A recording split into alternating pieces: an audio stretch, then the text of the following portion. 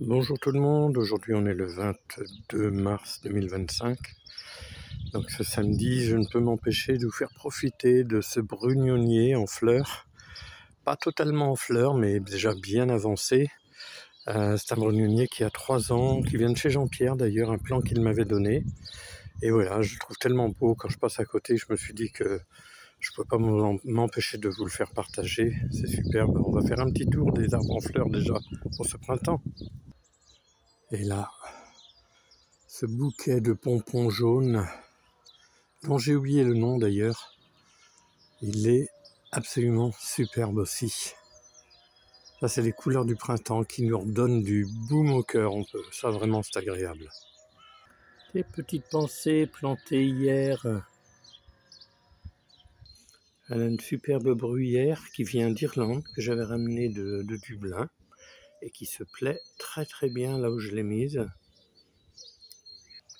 Ah, les fameuses primes verts. Et ça, c'est de la prime vert sauvage. C'est pas de la prime vert que vous allez trouver dans les jardineries. C'est vraiment de la prime vert sauvage que j'avais plantée là, il y a plusieurs années et qui tous les ans se multiplie et puis fleurit au printemps. Ça fait partie des premières fleurs du printemps avec les jonquilles par exemple. Et lui, comme un solitaire, c'est une jacinthe.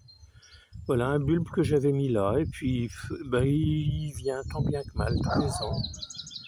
Voilà, entouré de verveine qui est superbe. La verveine est vraiment très belle. D'ailleurs là, elle est à point pour faire des tisanes. Quelques petites fleurs jaunes sauvages, mais c'est très beau. Le forsythia, tout en fleurs lui aussi, d'un beau jaune. Voilà, toutes ces plantes en fait font partie des premières à donner, enfin, à revêtir leur robe de couleur pour nous régaler les yeux dès ce début de printemps. Petites jonquilles cachées sous les feuilles des autres végétaux. La dernière, les autres autour sont fanées. Donc la dernière pour ce printemps. Elle est toute petite mais elle est belle. Et lui,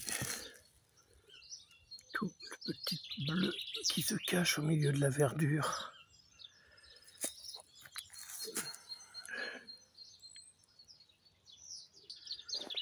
Et voilà. Et au milieu de toutes ces fleurs du printemps, des oiseaux qui chantent, sous les grands chênes qui lui feront de l'ombre dès l'été arrivé, la petite tombe de mon petit chien Roméo. Voilà, Roméo qui repose au pied du chêne. J'avais fait sur un galet, j'avais marqué son nom, sa date de naissance et la date de sa mort. Un petit chien adorable, c'était un Yorkshire. Et puis quelques petites décos comme ça que j'ai mis autour de sa tombe, un champignon, une oie, une poule sur un panier. C'est superbe. Je viens souvent là lui parler à mon petit Roméo, ça peut paraître débile, mais j'aime bien. Et là, il est dans un domaine, c'est un endroit où il venait cacher, quand je lui donnais un os à grogner, eh bien, il venait toujours le cacher ici. C'était son coin, il aimait bien se mettre là.